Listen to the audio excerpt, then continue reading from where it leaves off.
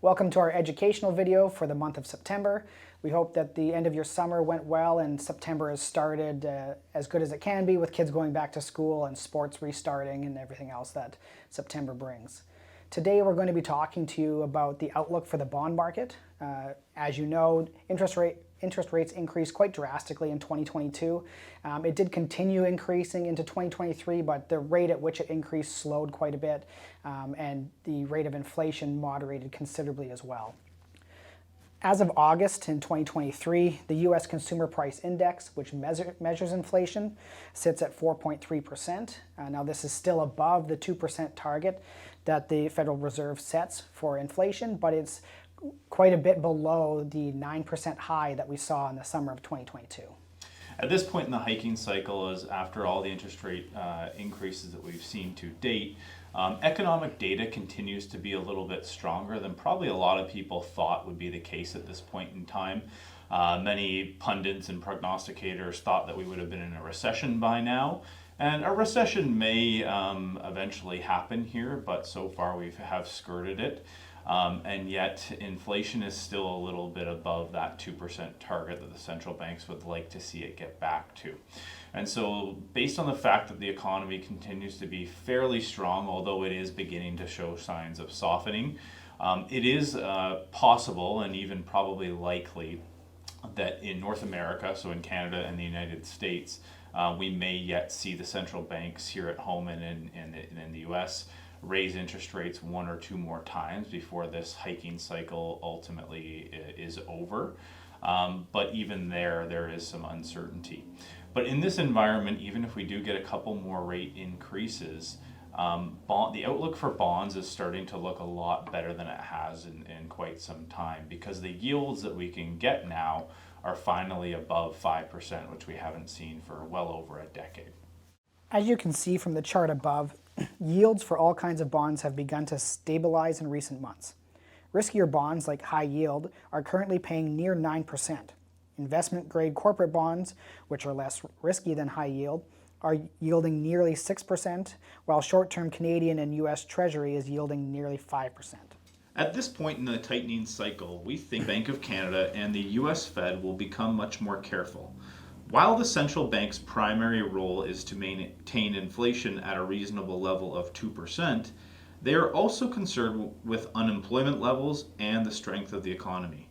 In an ideal world, the central banks are trying to get inflation back to 2% whilst trying to avoid a recession and a significant spike in unemployment. And so at this stage in the tightening cycle, they are likely to tread more carefully while still remaining steadfast on getting inflation back toward 2%. In public forums, US Fed Chair Jerome Powell continues to reiterate that rates could continue to climb so long as inflation remains sticky, and his primary goal is still to get inflation back to 2%. It's those comments that make us and many market participants believe interest rates will only decline moderately, if at all, in the next year or so.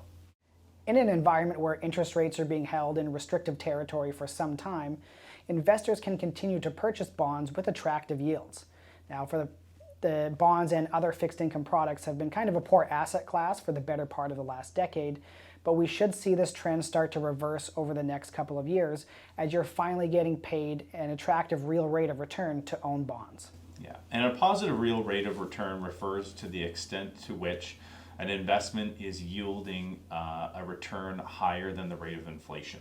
So it's the fact that after inflation, your money is actually retaining its purchasing power or increasing over time relative to the cost of inflation.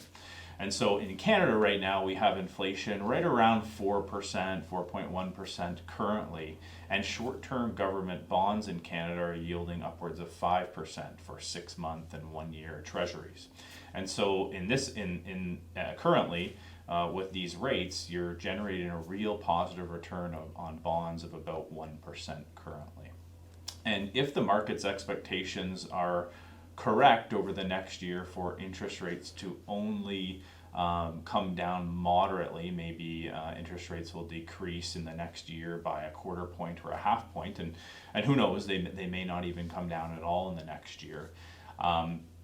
But if they're relatively stable interest rates, that is, and inflation continues to moderate to say 3% instead of 4%, that positive real rate of return may stand to continue to increase slightly over the next year.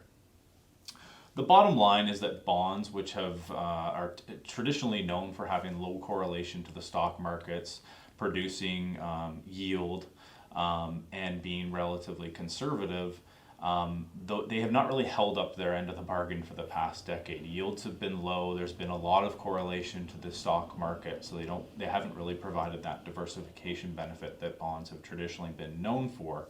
But the bottom line is all those characteristics of bonds, lower correlation to stock markets, actually getting paid a yield to own bonds, those things are all going to start to, that trend is going to start to change for bonds going forward.